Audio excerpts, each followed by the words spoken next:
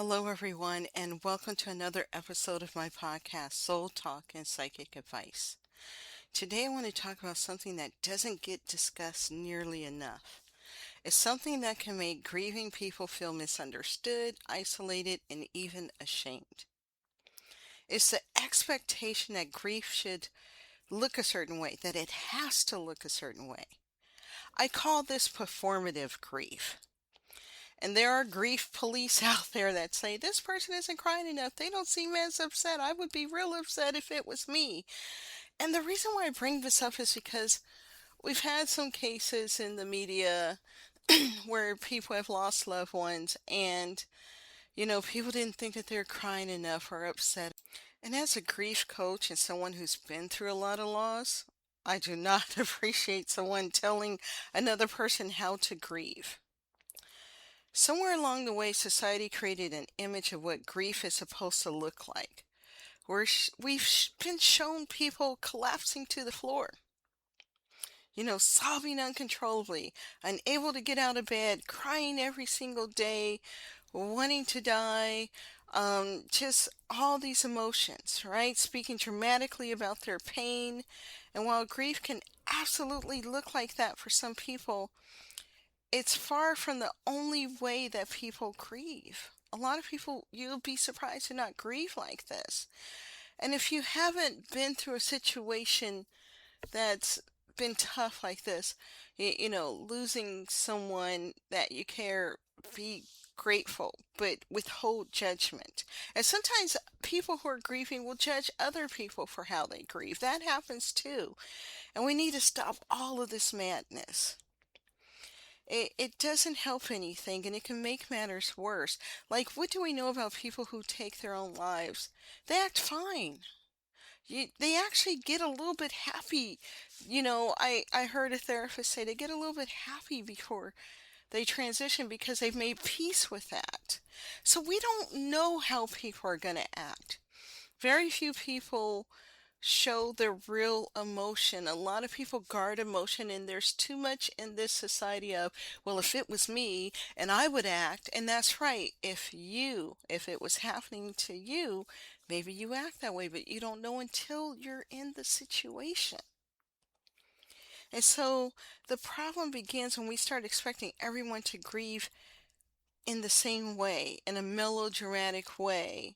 And I call it melodramatic because it can feel performative and satisfy other people, but is it satisfying the person who's grieving?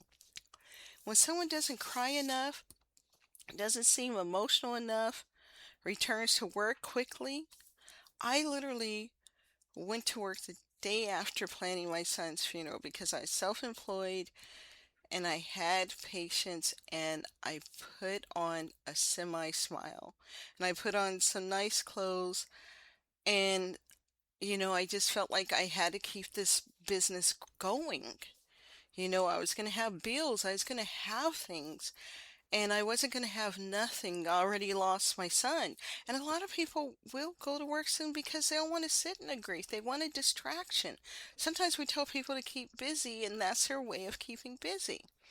And sometimes you will laugh. You remember a good moment. My son was hilarious.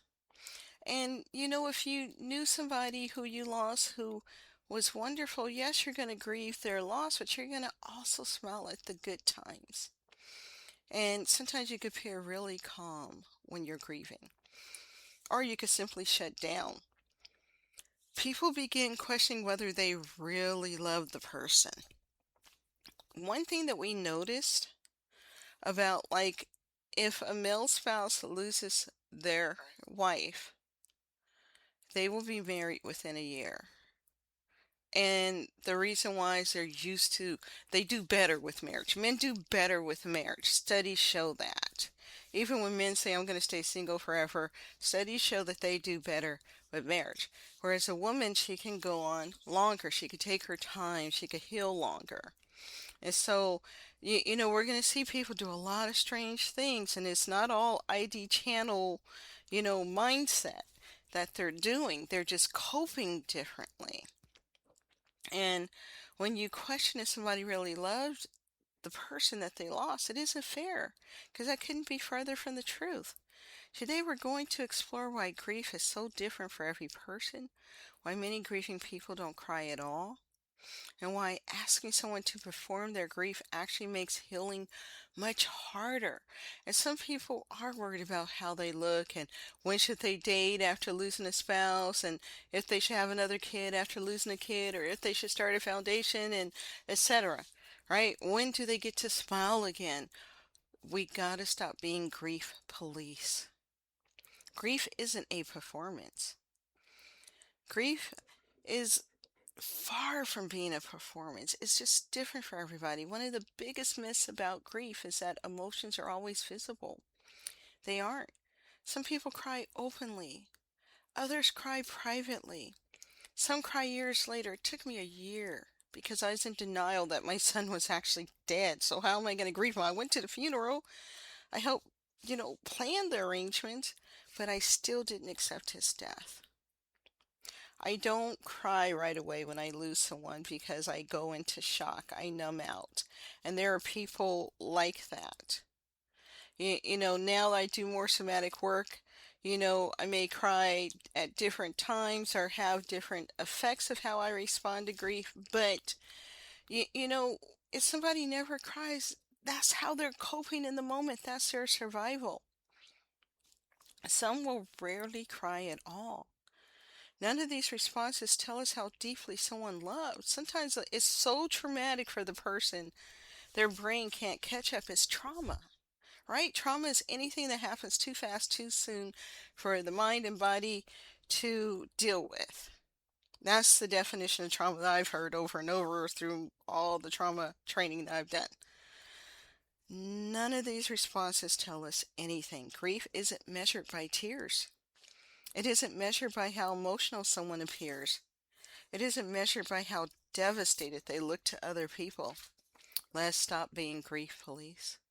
Grief is an internal experience. It's deeply personal. It's shaped by our nervous system, our personality, our past experiences, our attachment history, and even our biology. Two people can lose the exact same person and have completely different grief responses. One may sob for weeks. The other may become incredibly quiet. One may feel overwhelming sadness. Another may feel absolutely nothing, just numbing out. Neither response is wrong. Some people may just rage and become very angry because under all the anger is the sadness, but they're coping by being angry. So any of these responses are all valid. None of them are wrong. The problem is that we've learned to judge grief by what we see instead of understanding what's happening beneath the surface. I always say in my line of work, especially doing readings and also with doing coaching, that I tell people if you could just see it a little bit different from how you're seeing it, and maybe think maybe this person thinks something different, you feel better. You feel so much better. You understand them better. You understand that they see the world differently from what you do. They have their own filter, their own drama, their own trauma, and they respond differently because a lot of times we judge people who don't respond the way that we think they should respond. And it happens a lot with grief. It happens in other situations I've talked about too. The nervous system doesn't always cry. One of the first things I explain to grieving clients is that grief isn't only emotional, it's neurological. When something overwhelming happens, your nervous system immediately begins assessing one question: am I safe? If the loss feels too overwhelming for your brain to process, your nervous system may not allow you to feel the full emotional impact immediately.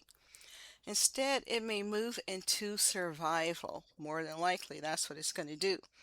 That survival response can look like feeling numb, feeling disconnected, feeling like you're watching your life from outside your body, feeling emotionally flat, being unable to cry, feeling strangely calm. People often worry that something is wrong with them. They say, I haven't cried. I don't feel anything. Did I even love them? The answer is almost always yes. Your brain is simply protecting you. Think of it like a circuit breaker. When too much electricity flows through a house, the breaker shuts off power to prevent damage, to prevent a fire. Your nervous system does something very similar. If the emotional pain feels too overwhelming, it temporarily reduces your access to those emotions until your system believes it's safe enough to experience them. That's not dysfunction, that is protection for the people in the back. Shock is part of grief. Another response people rarely talk about is shock. Shock isn't simply disbelief, it's a physiological survival response. Many people continue functioning almost automatically after someone dies. They just got to keep it going. Like when a wife loses her husband and he was the sole provider, or she needed his income even if she worked. She's like, I gotta hustle, I gotta take care of these kids, I gotta keep my kids alive, I gotta keep them safe. And they just go into that mode. I think some of us have seen that in people, especially women in the 40s, 50s, 60s, 70s, when everything was really hard for women. They just had to hustle and make it happen, you know and so they're having this survival response. And they're continuing, they're making the phone calls, planning the funeral, handling paperwork, taking care of family, taking care of the kids, answering messages, cooking the meals, going back to work. They can't lose their job. We know jobs don't give us that much leave. We know they don't. So you can't take all the time you need, because what if you need a year and you're not getting a paycheck anyway? Y- you know I don't think any job has those benefits out there.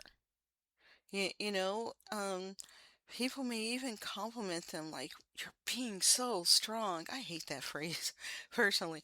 But what they don't realize is that the grieving person may still be in shock. Shock often delays emotional processing, sometimes for weeks, sometimes for months, sometimes much longer. Then one ordinary day, maybe while folding laundry, driving home, hearing a song, walking into a grocery store. Yes, out in public, the nervous system finally feels safe enough and suddenly the grief arrives. It arrives, and people think they're grieving late. They're not. Their nervous system is simply allowing them to process what it couldn't process before. When you lose someone, your world is just turned upside down. Functional doesn't mean you're not grieving.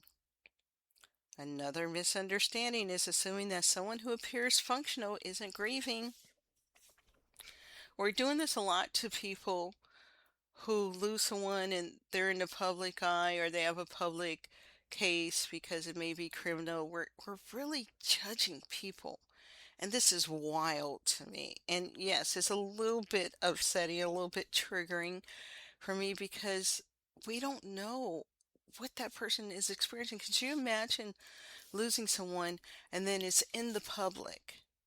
And everybody's watching your every move, how you respond and what you do and how you handle things and how you talk. And do you look like you've been crying? Well, you don't look like you've been crying. Maybe you're just doing a few fake tears. So think about it. Um, some people become incredibly productive after loss. They clean, they organize, they work longer hours. So, they help everyone else. I worked a lot of hours after losing my son. You keep moving. Movement becomes protection. If they stop, they may have to feel, and maybe they're just not ready to feel it. This doesn't mean that they're avoiding grief intentionally. It's often automatic. It's how their nervous system arrives. Other people become exhausted, unable to concentrate, unable to remember things, unable to make simple decisions. Both responses are normal. Grief changes brain function. Research has shown that grief can affect attention, memory, concentration, sleep, decision making, and emotional regulation. So instead of asking, why aren't they crying?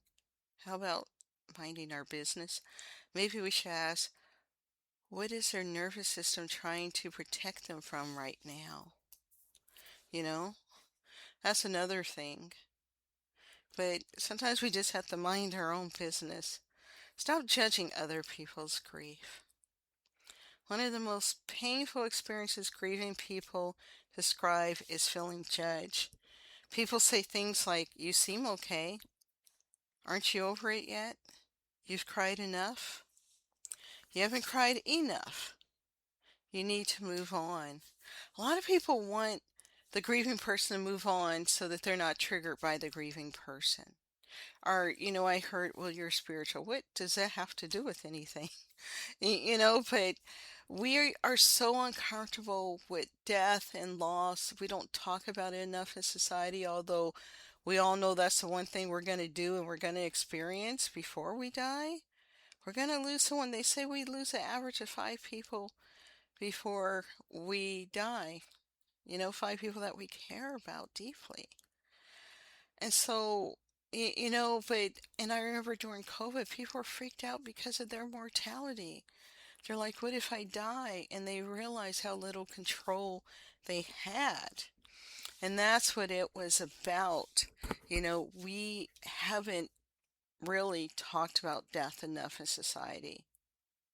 And we really need to. We need to get more comfortable with it. People are just like, "I just want to avoid that topic." You can't, because one day it'll be in our face. You know, when people, what else do they say? You need to let it out. You need to stay busy. You shouldn't stay busy. Notice something: people receive completely opposite advice. Everyone has an opinion. Very few people understand grief. Instead of allowing someone to have their own experience, we unconsciously compare them to what we think grief should look like. Healing begins when we stop measuring grief against imaginary timelines and movie scenes. Movie scenes have screwed us up in many ways, and relationships, what we think our romance should be, and definitely how we should handle loss. And, it's so different for everyone. No one gets to decide what grief should look like except the person living it. That's the end. That's the end of that discussion. And if you find yourself judging someone or grief, ask why. Is it because you're scared of what you're going to feel when you go through that experience? I know it's uncomfortable. People were very uncomfortable around me when my son died. It's one thing when I lost my mom. You're supposed to lose parents, right? That you lose them. You may even lose a sibling. But for the parent who lost a child, it's so out of order and it makes people so uncomfortable. People don't know what to say. And they don't know how to handle that. And they want you to be okay so that they don't have to think about it. And then they want you to just hurry up and cry and get it done. And I swore at a lot of people and I told them, "You're not going to tell me how to survive losing my son." Sometimes grief looks like nothing. This may surprise people. Sometimes grief doesn't feel like sadness. Sometimes it feels like anxiety. Sometimes it feels like brain fog. Sometimes it feels like irritability. Sometimes physical pain. Yes, you know, it can feel that way. And sometimes digestive problems. Sometimes exhaustion. Sometimes insomnia. Sometimes panic attacks. Yes. Sometimes chronic tension. Sometimes numbness. We don't know how people are going to respond. Grief lives in the body as much as it lives in the heart. And until the nervous system feels safe enough to process the loss, those emotions may continue showing up physically rather than emotionally. This is one reason I love teaching somatic healing, because sometimes people don't need help expressing emotions. Sometimes they need help helping their nervous system to feel safe enough to experience those emotions in the first place. I'm all about feelings and emotions because what I've learned throughout my years of being on this planet and losing loved ones and being in foster care and is that a lot of people aren't comfortable with their feelings because we haven't been given the space to become safe with our feelings and to express them how we need to express them because someone somewhere is uncomfortable with how we feel. And they're telling us to just stop it because they don't want to feel their own stuff.